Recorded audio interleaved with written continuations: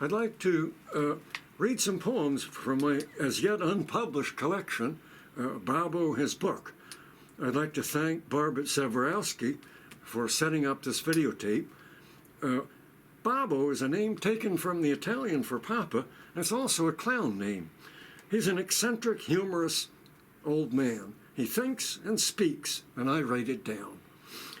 The artist Deb Tazanowski has imagined what he might look like on the cover. So here goes. I'll read these. Babbo, his song. Babbo is back in the 6th grade. Hush! Miss Arnold, her real name, will soon appear. There will be the voices of choristers piping loud before the darkness of maturity settles over them. What will it be? Froggy went to courtin'? Or can she bake a cherry pie, charming Billy? We sing, Oh, Susanna, sun so hot I nearly froze. Up goes my hand. Miss Arnold, Miss Arnold. Why does he freeze under the hot sun? And answering me as best can, she explains that it is an American form of humor, popular among Americans. I think, right, ha. Americans must enjoy saying the opposite of what is true. But that's not all. We sing, You are my sunshine, my only sunshine. Now Miss Arnold is tearing up. She says, this song is so sad that even 8th graders weep a little when they hear it. I don't have to ask. Miss Arnold is teaching us to feel and then to sing about it. You'll never know, dear, how much I love you. Please don't take my sunshine from me. Babbo's lucid dream. When Babbo hollers like a man hunting wild turkeys, everybody knows Babbo is having another of his lucid dreams. 1 foot in 2 worlds, opening his mouth wide like a wild dog, howling into the night. Because at such times as these, Babbo is not one to keep his desires to himself. I want a comb and a piece of cake, he shouts in the regal, magisterial voice he reserves for these occasions. And we come running to comfort him, but by his words he does not mean a hard plastic implement for arranging the hairs on one's head, or a sugary dessert enveloped in chocolatey goo. Oh no! His words are not the heavy material bodies of things. They are the spirit inside, the helium in the balloon. They float like stones skipped over the water, mere agitations of the circumambient air. Babbo flies like the birds, if by birds we mean words, words, words. Babbo discovers he is a white man. White, white, white has been selected as the color of the students of Ludlam Elementary School.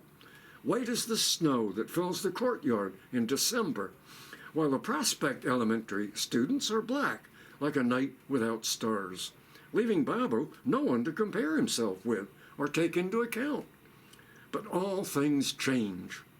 Today, Ludlam School is Obama's school, first one in the nation, and the balance has tipped from white to black.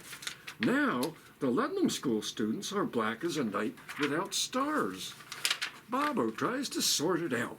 First, there are no black people or white people. Just look at them. It's like this. If you have a zucchini and someone hands you a carrot, you have 2 vegetables. If you add a black person to a white person, you have 2 human beings.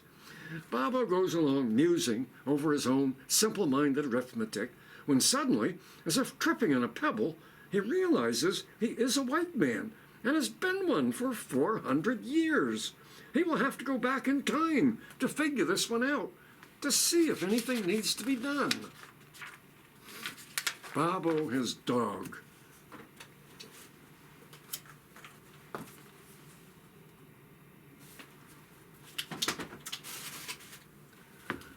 That's my last dog, hanging on the wall, looking as if he's still alive. He used to follow me up the stairs and down again, into my lady's chamber, and out the door, together, so that with one false move, there he would be, in silent witness, just as now. We liked a winter walk with the snow stuck in our fur, measuring the neighborhood, our footsteps blossoming behind us. He liked to hurl his voice across the fields and listen for the echo from distant buildings.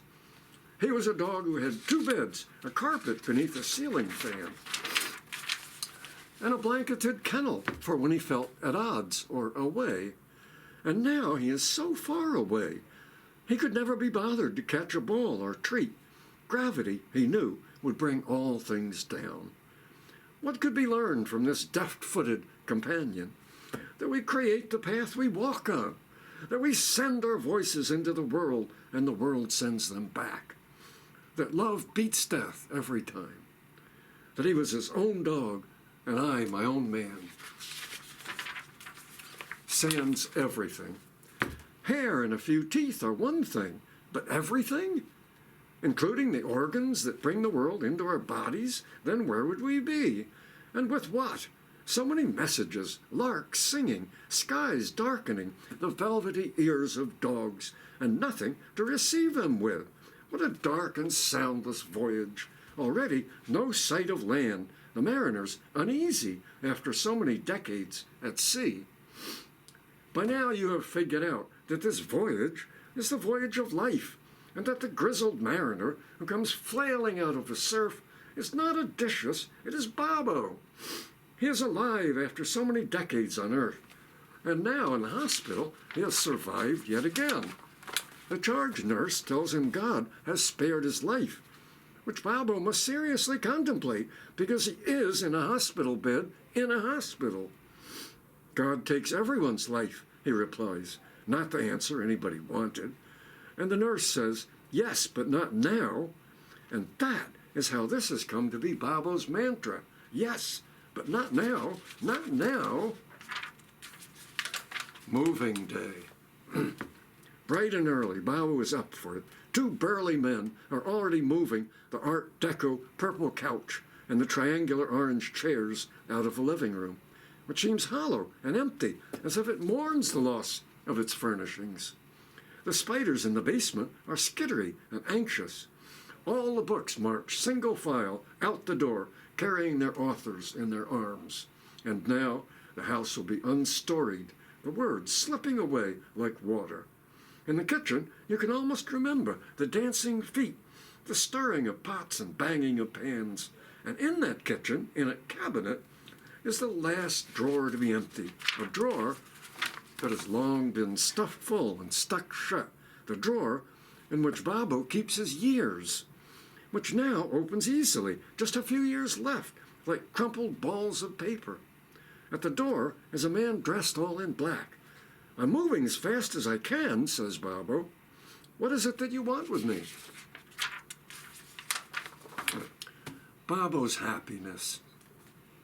Ah, thinks Babbo, the cosmos, that which is the case, that which could not be otherwise. It swirls around Babbo, and he is caught in a wink of a gigantic eyelid. What, he asks, is my place in the bigness and littleness? If I holler into the last woods in the world full of trees being chopped down, can my voice be heard? And if so, by whom? He sees that he lives on the fretful, free-fall edge of a vast grin at his own expense. And yet, Babbo is a happy man. In fact, he is dog-happy. His tongue lolling out and his ears flapping back and forth as he jumps up and down. Or is he just dancing in the kitchen? Might just as well ask these questions of the wag at the tail end of a dog for all you will get out of Babbo. Babbo meets his match. Babbo is drifting off to music, moody food of us that snooze.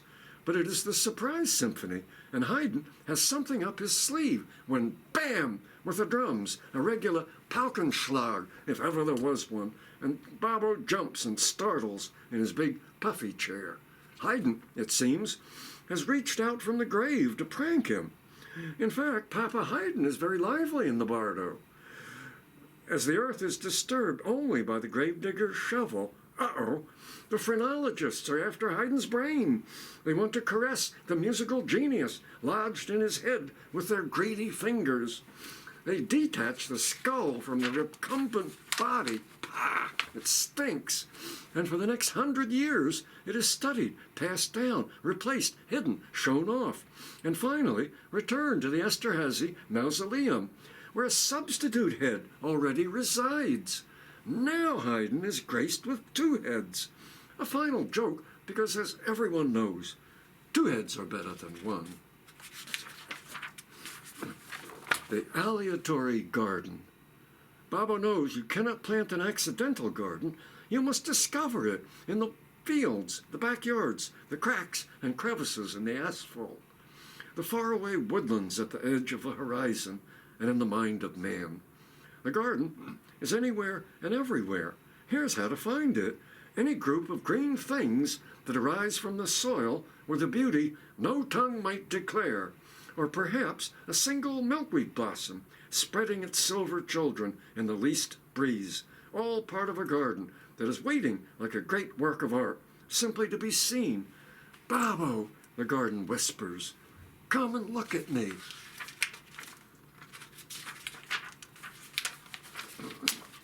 Babbo in Madrid. We stopped at a winemaker's where a pretty young girl explained the process, how the villagers still assembled to stomp the grapes, and we tourists huddled and peered, as we so often did, into the pit with its stone floor surrounded by dusty bottles, like Edgar Allan Poe's Pit without the pendulum. And the girl seemed to have stepped out of a fairy tale into this strange environment. And she told us she spent her senior year in high school in America, and her girlfriends asked, did you go to the prom? And did you feel like a princess? Yes, she replied. Yes, I did. The thought came to Babbo that if he were to drink from the brown, dusty bottles, perhaps you too would feel like a princess in America. But the name of the wine, the exact location of the place, Babbo could not remember. Babbo and Tantalus. Babbo is not much into the girls with snaky hair, femme fatales, who can kill you with a look. He likes a simple country girl. Nor does he think much of pushing around big boulders, especially uphill, and if they are just going to roll back down, although he is not averse to helping you with your boulder. It is just that it has just never been a part of his workday, which is more about plowing and planting than pushing boulders uphill. What fascinates Babbo are the unknown riches around the next corner, or the corner after that. The truth is, Babbo likes to be tantalized. What's coming he is not able to know, and this is the delicious thing, the ineffable, unreachable treasure that always resides beyond the horizon, no matter how much we reach and bend. Today, tantalism is a lost art, but even the word tickles the brain with its possibilities, and Babbo is on a quest to find in the lineaments of ungratified desire the faces of the universe that are turned away from him. Babbo's apologia. Not an apology, far from it, more serious than that, and it requires a more serious word, apologia. It's not as if I could describe it, this errant feeling of blame flashing out in every direction. Not as if I have called you out or stepped on your shadow or married the woman who had been your love, a handsome woman and sharp as a pin, and lived with her for 60 years in the house you had been planning to build, your dream house. Nor have I worried my way under your skin like an unwanted wart or pimple. That would be something. But a friend told me you disliked me for no particular reason, just because I was who I was, and he who he was. Life is unfair that way, like a hostile cloud about to loom over you. And for this, please accept my apologia, you, whoever you may be. And this is the last poem in the first group of poems called We Meet Babbo. This next group is called We Get to Know Babbo Better. The story of the fireman. Everyone knows the story of the brave fireman rushing into the burning house that you and I would rush out of because of the old lady and her cats. The firemen are born for this. You can see them hanging out any day in front of the fire hall, having a game of catch, pretending to be indifferent, but can't wait to leap into their red machine and scream down the highway to rescue the old lady and as many cats as possible. How do they do it? Rigorous protocol, unflagging attention to detail, and unspoken love for each other and for the old lady and her poor singed and frightened kitties. But what I'm talking about is the most beautiful fire hydrant in the world, red with a silver helmet and buckler. Some hydrants are orange with a red helmet or entirely blue. All the colors look good in a hydrant. And without this unsung reservoir pouring forth its ablution of life-giving water, washing away the ravages of anger, giving greed the soaking it deserves, the firemen could do nothing. All their houses are burning. Hurry, firemen, douse the flames. The lost shoe. Babbo has thrown a shoe, a shiny brown floorshine with wingtips.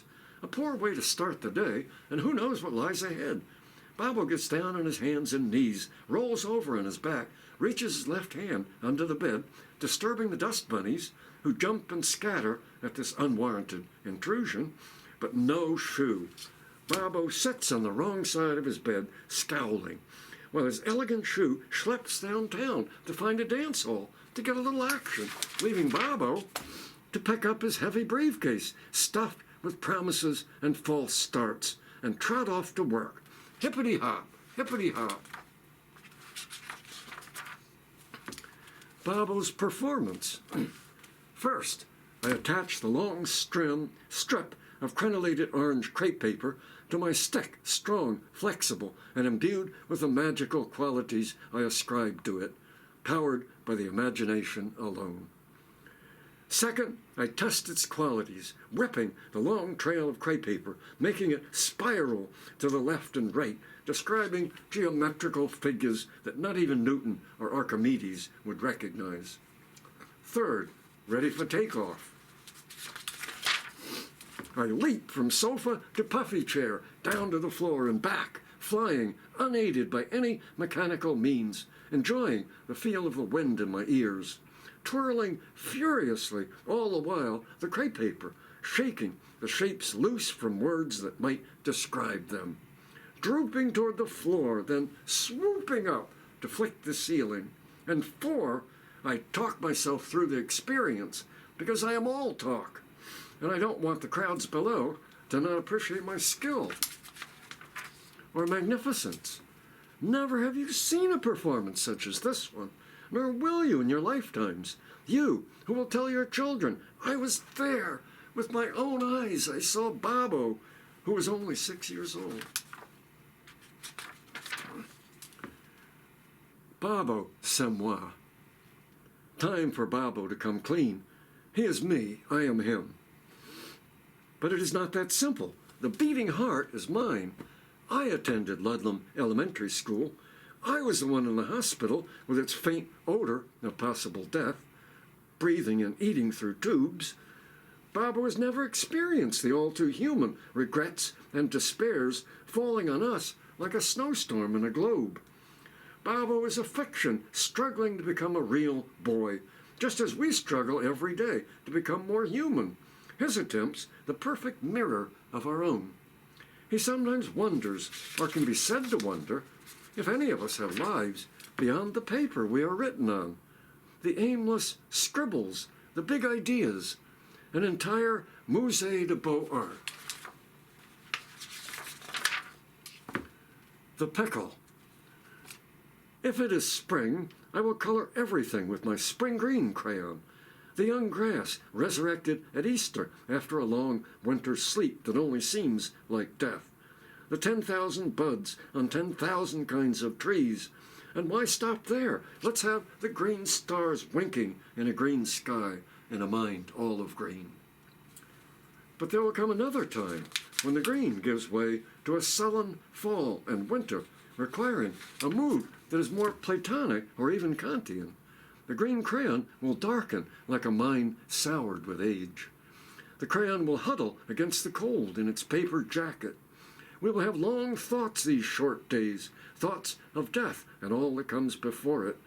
This landscape will need a white crayon against white paper.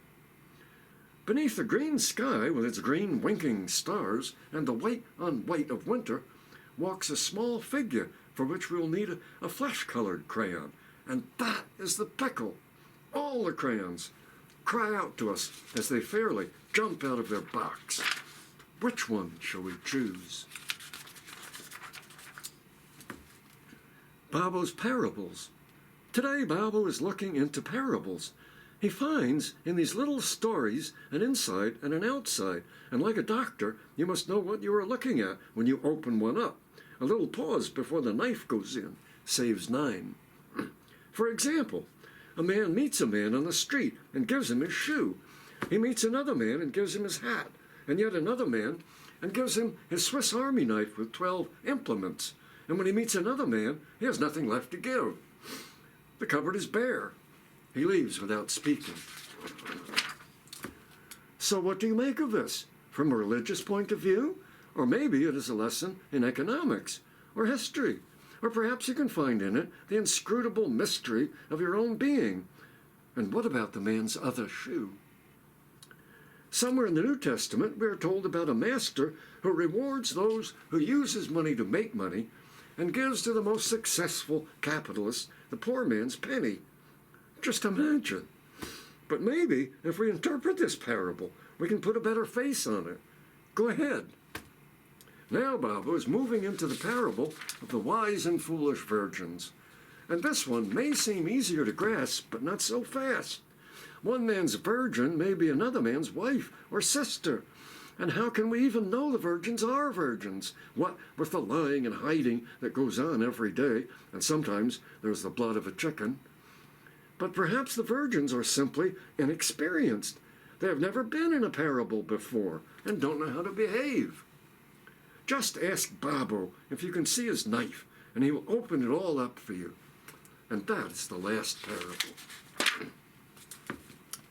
Babbo at the mall. Today, Babbo in need of a belt and new pair of socks to go with his wingtip floor shines, has entered a shopping mall, one of the palaces of doorways that have replaced the grassy downtowns with their dirt and weather. And behind each door, the opportunity to purchase an item. The first sale goes well. Babbo exchanges a certain amount of money, and a young woman hands him a belt and calls him honey. Now, just a pair of socks, and this time the young woman calls him sweetheart as she hands over the socks. But as Babbo walks along, wearing his new belt, an old man sitting on a bench recognizes Babbo as a fellow old man. Nice belt, he says. Not too skinny and not too wide. Babbo checks the belt for its maker. It's a fossil, Babbo says, and it occurs to him that he himself is not too skinny and not too wide, and that he is not tired and does not want to sit on a bench in a darkening mall. He remembers a day when a young woman smiled at him, took him home, and said, "How like you this?" Not yet. Babbo is poring through the little magazines with their outlandish names, Elephant Magnet or Pig's Lipstick, and he is thinking what a bargain it would be to pay $28 and get 1,000 back, if you are lucky, and Babbo always feels lucky. And then, if he loses, he puts a good face on it, much like putting lipstick on a pig. And what, he says to himself, would I want with all that money when there is nothing I need to buy? It would just stoke the machinery of capitalism. But then Babbo comes upon a sudden and dark prohibition that places a lock on luck and a sack over the head of opportunity. We will not consider posthumous entries. Writers must be alive at the time of publication. And Babbo thinks about the unlucky dead. How could they open an envelope, or lick a stamp, or place cold fingers on the keys of their word machine? And their grieving families seeking this tiny immortality. How uncomfortable it must be for the dead and the living. Just one more instance of the unfairness and fragility of human life. But then Babbo remembers, I am alive. I will probably be alive tomorrow morning, and I may also be alive when I receive the little note that says, "We love your work," and goes on to say, "We just don't see a place for it. But please apply again next year." A lump of amber. Babbo is turning back the hands of time, twisting his head around and looking over his left shoulder into the turbulent mist that shrouds Babbo's little friends, who, because he has not seen them for many decades, remain unchanged, preserved like insects in amber, never experiencing puberty or having a beard or a bar mitzvah or graduating from any institution, even in some cases kindergarten. But now Babbo has awakened these sleepers, and they step out of their amber, instantly aging, going to work at jobs, and getting married, and then divorced. First comes Phyllis, stepping out of the amber with her electric red hair. We called her Carrot Top. Enjoying the cruelty of our humor, Babbo can only hope she knows how beautiful she is, but before he can ask, she has wandered away into the rest of her life. Next comes Richard, Babbo's pal in second grade, who shared a feeling that there was unexplained injustice in the world and planned to find a priest or minister with whom to argue the point, sure that they would win. And Babbo, with a twist of the malleable hand of time, returns to the present, unchanged himself, because Babbo is always Babbo, but not without regrets. Babbo's tale. Babbo marks with an X the place on the water where he will leave his little boat behind and swim to shore. But Babbo has two problems. One, at the drop of a hat, he loses his way. And two, he has chosen to swim underwater instead of on the surface. So he is sure to run out of air. And uh-oh, he just did. And now must breathe in the salty sea, pulling out the oxygen and noisily expelling the water with a sound like a midnight snore, moving hopefully toward shore, and an important point seen only by inhabitants who wonder at this fishman or man-fish wearing pants and a t-shirt as he gurgles and burgles and burbles along. The crab looking at him sideways as the octopus shies away, and the jellyfish, who insists on being called they, twists and dangles. But Babbo finally staggers out of the surf, covered with seaweed and barnacles, once more breathing the sweet air. His friends hail him. "Hey, Babbo, did you get lost again? We saw your boat adrift and untethered." "Like you, ha ha. What do you have to say for yourself?" And Babbo replies, "I could a tale unfold, but who, besides the creatures of the deep, would believe it?" Ghost gun. The old lady has no problem with the ones, but now she must reach her bony fingers into her snug coin purse to retrieve 53 cents. The quarter and 2 dimes come easily, but the nickel is stubborn. It doesn't seem to want to leave the warm purse. And only now does the old lady notice the earth-shaking rage boiling up in the red-faced man behind her. She continues to grapple with the nickel, with the hands of the clock whirl, then suddenly turns to face the man, reaching into her mind to grab her ghost gun, and shoots him several times. His spirit slips out of him and falls to the floor like a torn bedsheet, leaving his empty body standing patiently in line. And she completes her purchase. Penny, penny, penny. Babbo, his wife. Babbo's wife, a handsome woman and sharp as a pin, likes to drive the car, but only when Babbo is himself driving it, reaching into Babbo's head, which happily has several apertures through which the airy spirits come and go and sometimes dance. From there, she moves through the arms and into the hands, which grip the now shared steering wheel more firmly. From there, one can look down into Babbo's legs and see the 2 pedals that mean stop and go. It's going to be a bumpy ride, but eventually they arrive at the place where they are going, which could be your house if you have invited them over, for some sautéed ramps and delicious morel mushrooms foraged from your backyard, and they will bring a nice bottle of wine. How jolly everything will be. Babbo does the math. Babbo is at a point in his life where after many a weary mile of walking in the same pair of Florsheim wingtips, as the days pass and the nights with their moons and stars, he sees that if he were to walk a certain number of miles in any direction, he would be equidistant from the starting point. This is encouraging because he could never get lost, walking out and back along a line. But what is a line? He asks himself. What is it that connects 2 points and has no width or height? Hard to balance on a line like that. But now, Babbo is deep into higher mathematics, and there is no turning back. He walks ever so carefully on the ghostly demarcation that links the past and present, and leads both away from and toward the point that represents Babbo's house and what is near and dear to him. And now, because the nature of the line is infinite, it leads him directly into a surreal area where it may become an eye or a fish or a woman's leg. When Babbo was a child, and yes, Babbo was once a child, he became lost in a cornfield with stalks taller than himself, so he could not see the house not far away. And he thought, I will starve and die in the cold night, and no one will know. But then he thought, wait, I will grow up, and will then be able to see my way home over the tops of the stalks. And this fanciful kind of thinking has dominated Babbo's life to this very day. Babbo shreds a gnarl. This is a cheerless day for Babbo as he sits on a stool eating his cereal. But if only he had $500 billion, his mood would be 500 times lighter. He could then travel to outer space, hello out there, and see that the heavenly bodies were in good order, and then fly back to Earth.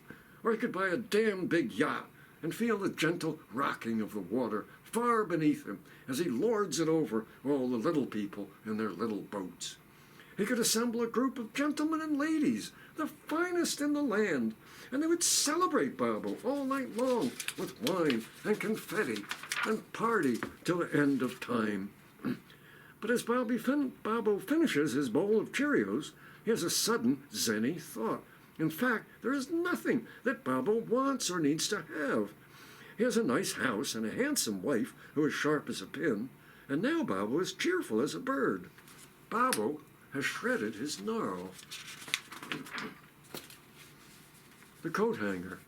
Into the delicate aesthetic structures Babbo is attempting to build crashes big Texas, breaking things and stomping people. Inside Texas lives Maria, a sweet girl of 16 years. In fact, she has had a sweet 16 party with a piñata. Her uncle was there. He should have protected her. She has been working 2 jobs to save money to become a nurse. She likes helping people. But now, Texas, that big galoot, has decided that a woman should consult about whether to have a child with not only her doctor, but also any number of Republicans. Texas says, step back, little lady. Stop trying to hide behind the Constitution. You probably thought America was still America, but now we have a bounty on your head, and anybody can collect your neighbor, your minister, your uncle. Happily, Maria, raped by her uncle and holding her broken dreams in her arms, is not real. Babbo made her up. But he is still weeping for his broken country. That part is not a fantasy. Getting toward the end. The last man standing. Looking out the window, Babbo sees a robin pulling on a fat worm, and he imagines himself to be the last man on the face of the earth, and the last human being, because all the women are also gone. So the landscape must be post-apocalyptic. But who saw that coming? Who knew? And now Babbo wants to tell somebody about it, but now there's no one to tell. Babbo goes looking for others in the places where people used to congregate, wine bars, kindergartens, baseball diamonds, but finds only empty stools, classrooms, and stadia. The only sounds, the scraping of the leaves and the whirring of wind. And now Babbo finds in his teeming brain the even more perilous thought that he himself might disappear, leaving behind the vasty earth and all its people. A small loss except that it only takes one missing piece for the universe to fall apart. Meanwhile, the robin looks for another worm. The therapy animal. Gail is a single mom who loves her child and her violin. She eats no meat, just a few strange vegetables. If she were to be reincarnated, and if she had her choice, she would come back as a butterfly. And when we pointed out, because we are always pointing things out, that butterflies eat nothing at all and live but a short time, she said, "Yes, but they can fly in the sky." Gail was almost alone with her yearning heart. For Babbo, she was a sudden, serious thought, walking on two legs, holding a child, and wishing to be a butterfly. So what if Babbo came back to life after mucking about in the Bardo? Who or what would he be? That is such an easy one. A therapy animal, so he could console himself endlessly and say, "There, there, Babbo, there, there."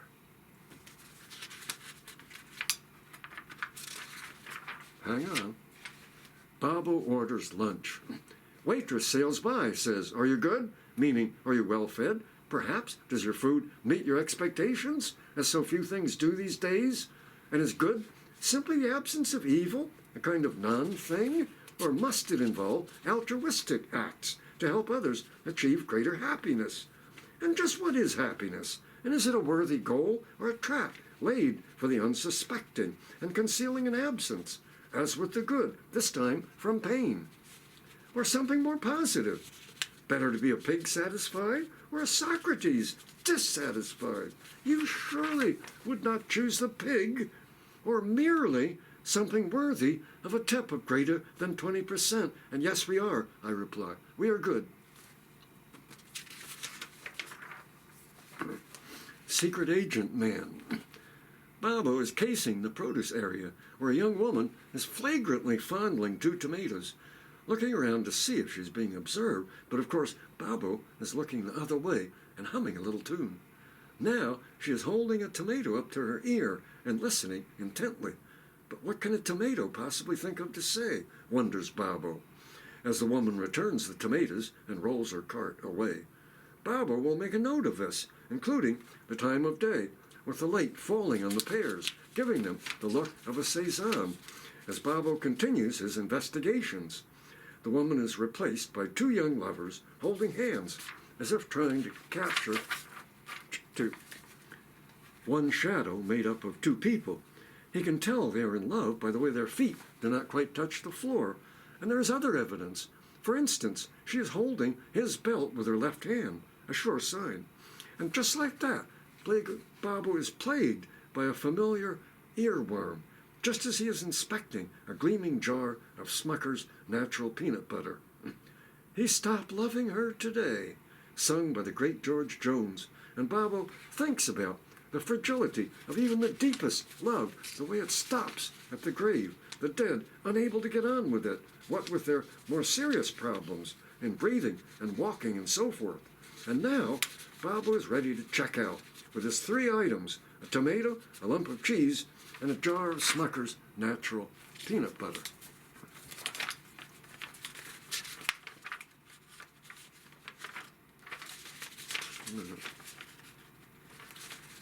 Oh,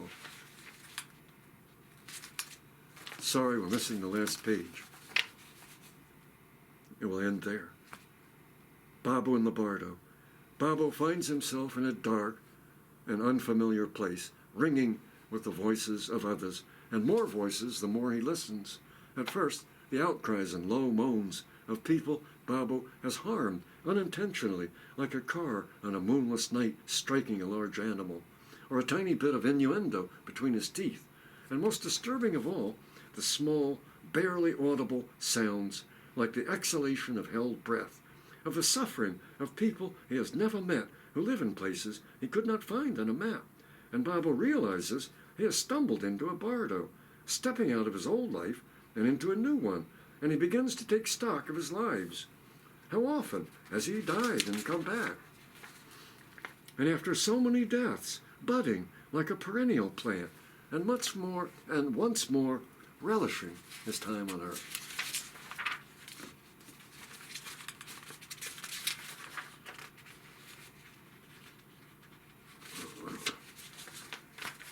think you have but slumbered.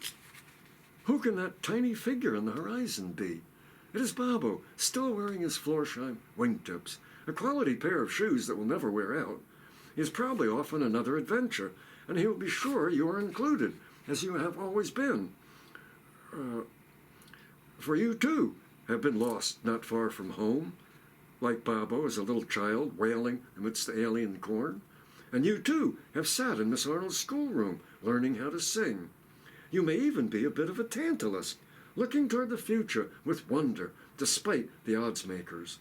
And I know you have swum many a weary mile underwater, the current against you and barely able to breathe, not knowing what's coming next or if you will understand what you are seeing.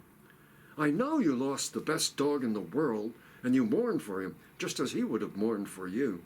But remember, of all the people who want something from you, money or time or love, only your mother and Babbo just want you to be happy.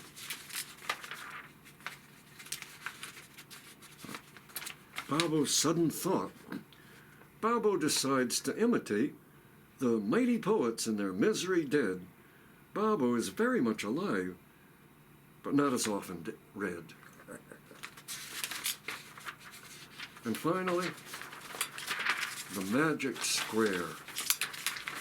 And you'll have to see that this indeed is a square, all in caps. Hello? And what it says is, type, quote, "Do not open this," unquote, on a sheet of paper. Place it on top of this message, putting glue along one side.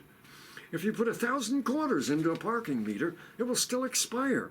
If you place your thumb firmly on this message, all the Babbo poems will wiggle and then disappear, leaving only a pleasant odor and a whiff of smoke.